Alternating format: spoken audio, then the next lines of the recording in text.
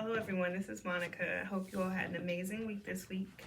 And I'm going to get right into it. God sent me to Deuteronomy 24.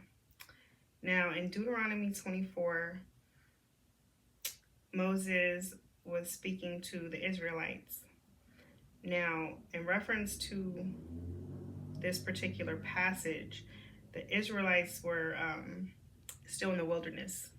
They had not yet reached the promised land. So obviously, because Moses was, preparing them in this particular passage, he was giving them law, a law to reiterate a final reminder to them before they entered. And basically, they were positioned in the plains of Moab, eastern of the Jordan River, which is the boundaries of the promised land. So they were right there, right about to enter. And I'm going to give you guys the basic key points of this particular chapter instead of reading it this time. But I do suggest you read it. Definitely, if you're led to do so, definitely read it. And, get your own point of view as to what you get out of that. But these are the key points. And after I read them, I'm going to go into what I believe God is leading me to share with you all in reference to this particular passage. Now it says the key points for Deuteronomy is, the divorce restrictions. A man cannot remarry his divorced wife if she has married another man.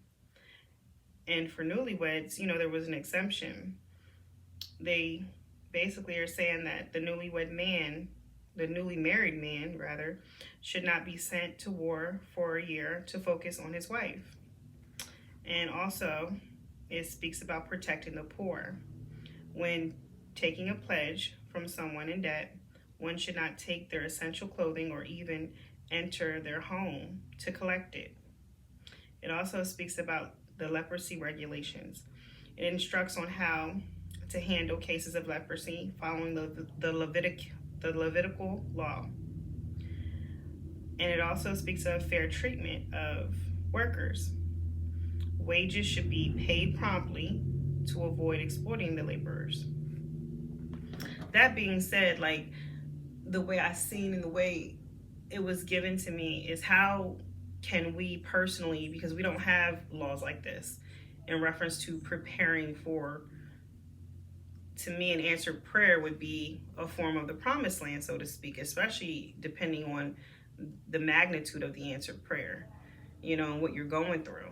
And if you're going through a time in your life where you feel like you're in that desert land and you're waiting for that moment of the promised land, I would definitely suggest and hope that you would prepare.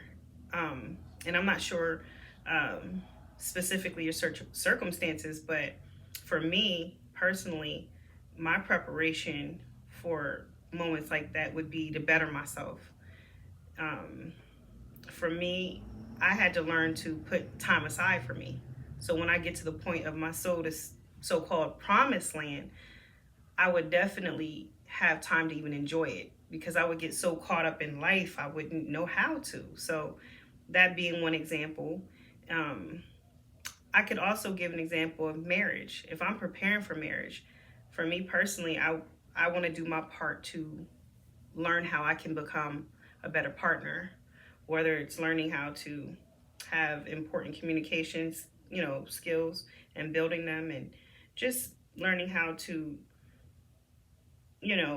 just get along in general when it comes to a partnership and with my future husband, and working on myself in the meantime, whether my fitness, you name it, just doing whatever I can to prepare for that answered prayer, that blessing, my promised land. And I'm going to leave it at that. I hope that you all were encouraged and inspired in some way, shape, or form. And I hope that you all have an amazing week coming up, and know that you're always in my prayers. And God bless you.